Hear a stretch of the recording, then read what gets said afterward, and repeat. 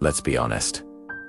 You're exhausted. You've spent your entire life playing by the rules, haven't you? You're the good friend, the reliable employee, the nice guy. You follow the moral script, you wait your turn, and you treat people with a kindness they haven't earned. And what has that goodness actually bought you? Nothing, except, perhaps, a simmering resentment that you hide behind a polite smile. You're not being good, you're being weak. And deep down, you know it. You've taught every person in your life, your boss, your partner, your friends, exactly how much they can take from you before you break. And because you're so good, that limit doesn't exist. You've turned yourself into a doormat, and you're offended that people are wiping their boots on you. Machiavelli saw you coming 5 centuries ago.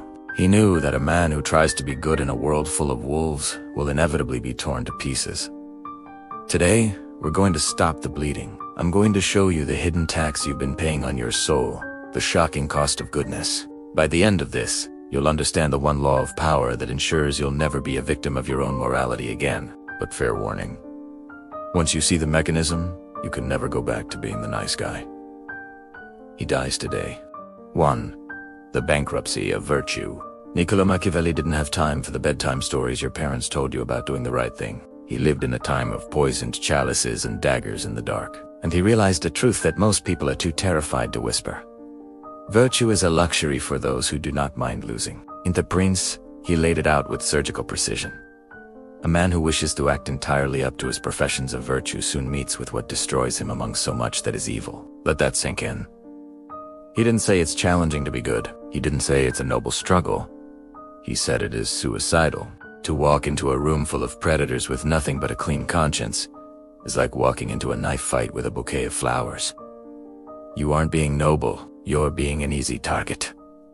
You operate under a childish delusion. You believe in a moral karma that doesn't exist. You think that if you are fair, the world will eventually be fair to you. If you are honest, people won't lie to you. If you work harder than everyone else without complaining, the universe will reward you.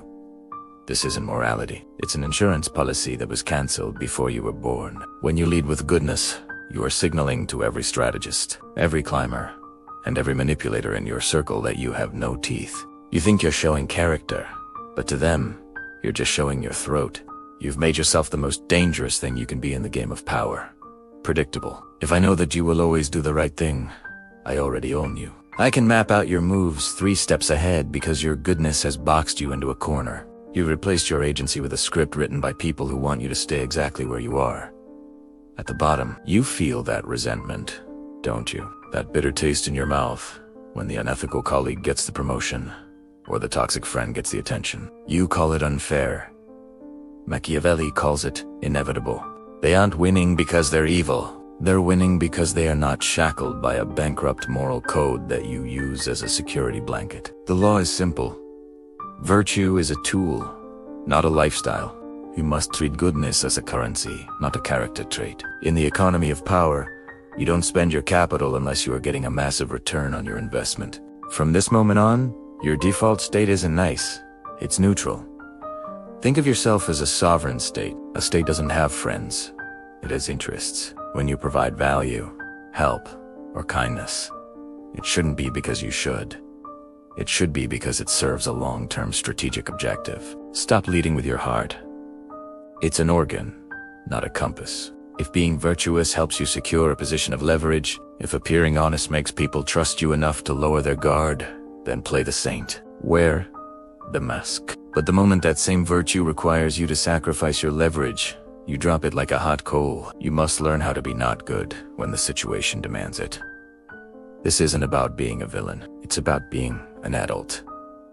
It is about realizing that the only thing worse than being a bad person is being a good person who has lost everything to a man who did not play by your rules. The moment you stop being the nice guy, the world shifts around you. People become cautious.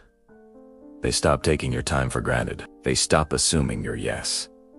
By declaring mortal bankruptcy on your old self, you reclaim the power of the unknown. You become a variable that must be accounted for, rather than a constant that can be ignored. You've been playing the game with a broken controller. You've been trying to win a race while carrying the weight of everyone else's expectations on your back. It's time to cut the cord. It is time to accept that goodness is a tax that you can no longer afford to pay. 2. The Cruelty of Mercy. Niccolo Machiavelli lived in a world where a moment of softness was a death sentence. He watched kingdoms burn because a leader was too kind to execute a traitor. He looked at the wreckage of history and posed the question that still makes modern cowards tremble. Is it better to be loved than feared, or feared than loved? His answer was a cold splash of water to the face of humanity. It may be answered that one should wish to be both, but it is much safer to be feared than loved. Why? Because love is a fragile bond of gratitude that people break the moment it becomes inconvenient. But fear is a debt to self-preservation that is never defaulted on. You've been told that mercy is a strength. Machiavelli reveals the truth. Mercy, when misapplied, is the ultimate form of cruelty. You pride yourself on your compassion. When someone disrespects your time, undermines your authority, or betrays your confidence, you let it go. You tell yourself you're being the bigger person. You tell yourself that your forgiveness will inspire them to do better. Stop lying to yourself. You aren't being merciful. You are being weak. Let's perform an autopsy on your mercy. You don't forgive because you are enlightened. You forgive because you are terrified of the friction required to punish. You are scared of the bad guy label. You are addicted to the cheap high of being liked. But here is the psychological reality. By forgiving a transgression without a cost, you aren't showing grace. You are providing a tutorial on how to hurt you again. Every time you forgive and forget, you are signaling to the world that your boundaries are made of paper. You believe you are building loyalty, but you are actually breeding contempt. Humans do not respect those who allow themselves to be walked on. They find them useful. Yes, like a tool or a rug. But they never respect them. Think of the merciful parent who never disciplines their child, only to watch that child grow into a monster who ruins their own life and the lives of others. Who is the cruel one there? The parent who refused to inflict a small, temporary pain to prevent a lifetime of catastrophe. Your mercy isn't a gift to others. It's a selfish escape from your own discomfort. The strategic law is this. Order is maintained through the certainty of consequence. Machiavelli noted that if you must injure a man, it should be done so severely that his vengeance need not be feared. If you slap a man's wrist, he will spend the rest of his life planning his revenge. If you crush his ability to strike back, he will spend the rest of his life respecting your power. When a boundary is crossed, your response must be swift, visible, and final. Do not negotiate your respect. Command it. A leader who executes a few troublemakers to prevent a civil war is infinitely more merciful than the kind leader who allows the country to slide into chaos. In your own life, being cruel enough to cut off a toxic family member or fire a lazy friend is the highest form of mercy to yourself and of people who actually deserve your loyalty. You are protecting the ecosystem by removing the parasite. Love is a variable you cannot control. You cannot make someone love you, but you can absolutely ensure they fear the consequences of crossing you. Fear is the floor beneath your feet.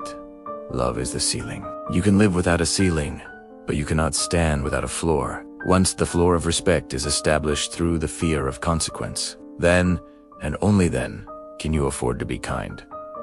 Kindness from a position of strength is a gift. Kindness from a position of weakness is a plea. You have spent your life trying to be a saint in a world of sinners, and all it has gotten you is a tired heart and a list of people who take advantage of you. It is time to stop being merciful to people who would unhesitate to step over your body to get what they want. It's time to become the storm.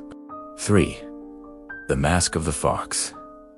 Machiavelli understood that the world is not a boardroom or a battlefield. It is a stage, and on this stage, the most dangerous actor is not the one with the loudest voice, but the one with the most convincing mask. He famously wrote, "A prince must know how to play the beast as well as the man. He must be a fox to recognize traps, and a lion to frighten wolves. But pay close attention to the order of operations. The lion is a blunt instrument. The lion can be seen, tracked, and eventually outmaneuvered.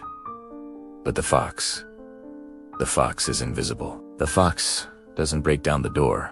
He is invited in as a guest, offered a seat at the table, and thanked for his honesty while he systematically deconstructs his enemies from the inside. You pride yourself on your authenticity, don't you? You wear your heart on your sleeve like a badge of honor. You believe that being yourself is the ultimate virtue. In the game of power, being yourself is nothing more than strategic suicide. When you show the world exactly who you are, your true desires, your genuine fears, your unfiltered opinions, you aren't being brave. You are handing your enemies a remote control to your nervous system. You are giving them a detailed blueprint of your fortresses and a map of your minefields. You think transparency builds trust? No. Transparency builds vulnerability. Think about the person at work who tells everyone their personal drama, or the friend who reveals their every insecurity. Do you respect them? Or do you mentally file that information away as a way to handle them later? You see them as a liability. You see them as messy.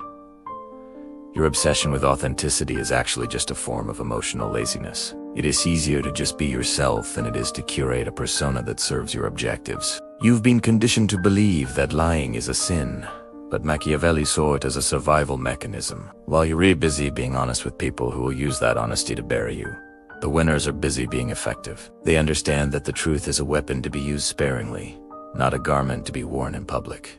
The strategic law is this: you must become the architect of your own perception. Machiavelli pointed out that it is not necessary to actually possess all the good qualities: piety, loyalty, humanity, or integrity, but it is highly necessary to appear to possess them. The fox knows that most people are lazy observers. They judge by the surface. If you look like a saint, they will treat you like a saint, even while you are preparing a strike that will end the game. The fox never reveals his full hand. When you are planning to move, you must look like you are standing still. When you are hungry for power, you must appear humble and disinterested. By maintaining a mask of calm, professional niceness, you create a firewall. This firewall allows you to process information, analyze weaknesses, and plot your course without anyone suspecting your true intent. If they don't know what you're thinking, they can't counter your moves. If they think you're a good man, they'll never see the fox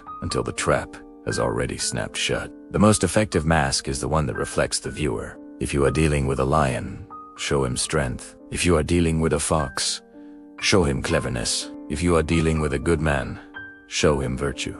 By becoming a mirror, you make the other person feel understood and safe. And a person who feels safe is a person who stops looking for the dagger. You have spent your life being a real person in a world of actors, and you wonder why you keep getting the worst roles. It is time to stop being a character in someone else's play and start being the director of your own.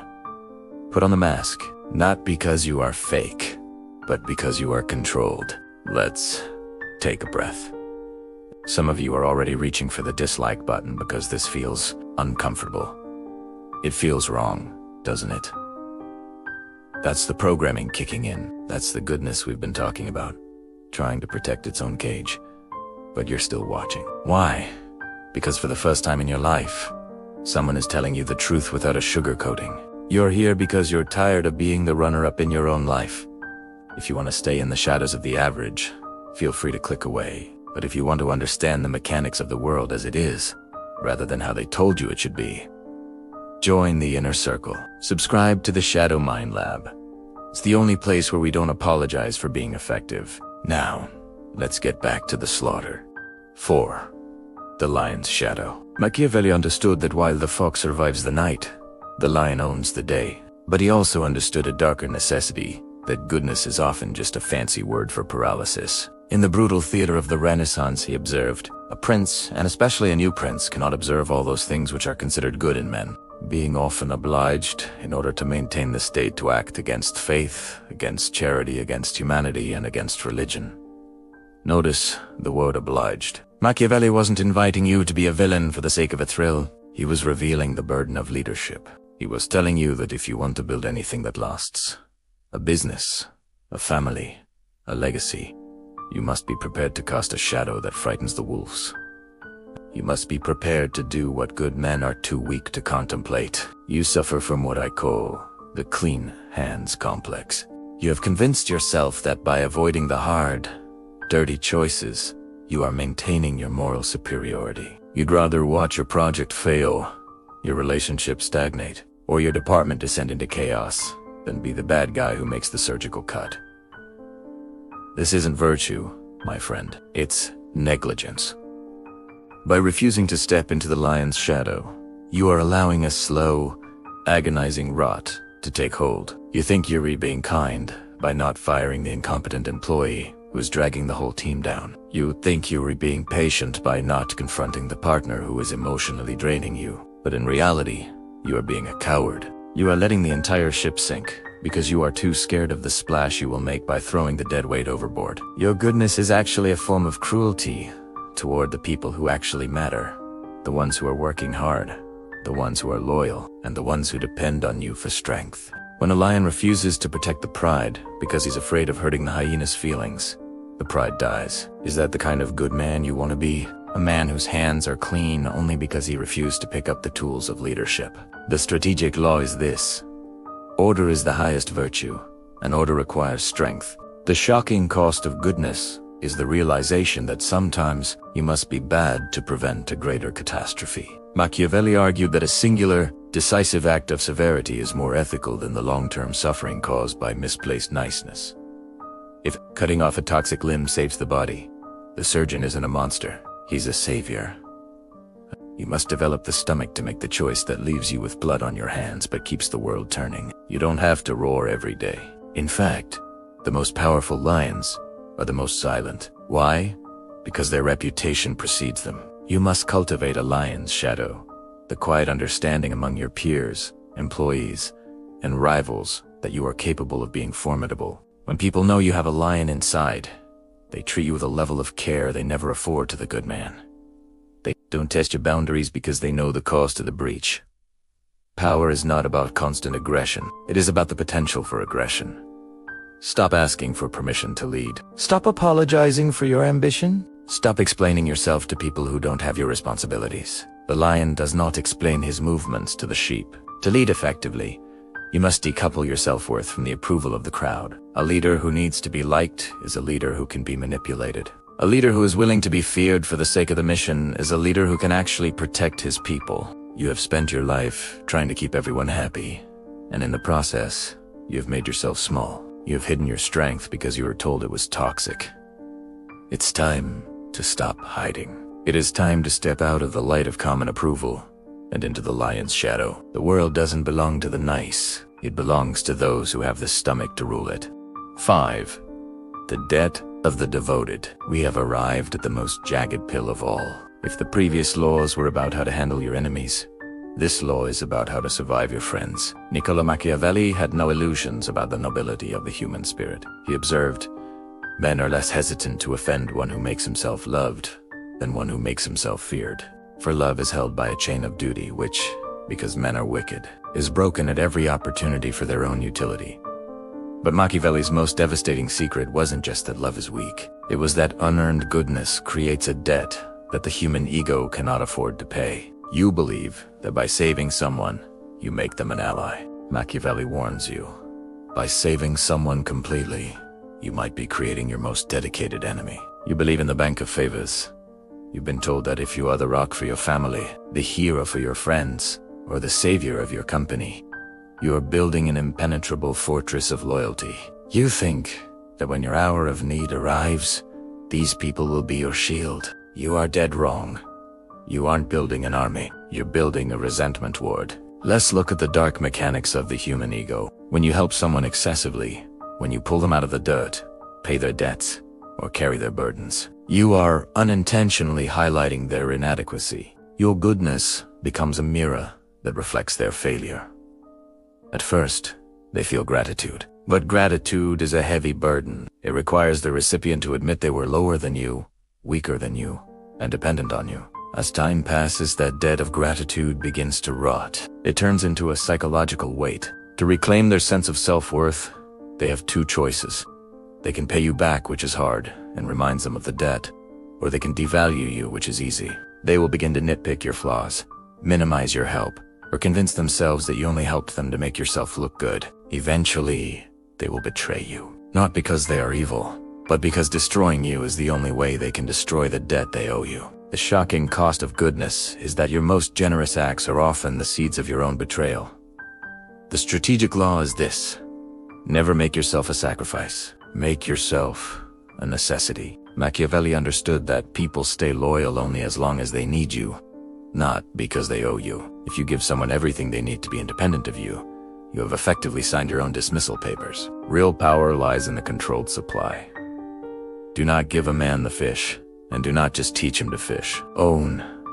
Depend. If he must come to you every day for access to the water, he will be the most loyal servant you've ever had. Not out of love, but out of the ultimate motivator. Stop being the hero who fixes everything for everyone. When you fix a person's life, you take away their struggle, but you also take away their respect for you. Instead, provide just enough help to keep them moving, but keep the source code of the solution to yourself. You want people to be devoted to you because your absence would mean their ruin, not because your presence reminds them of their shame. If you must do a massive favor, do it in a way that allows the other person to earn it. Give them a way to pay a small portion back immediately. This relieves the psychological pressure of the debt and prevents the resentment from curdling into betrayal. However, always ensure the scales never truly balance. In the game of power, the one voice out holds the leash, but the one who is needed holds the collar.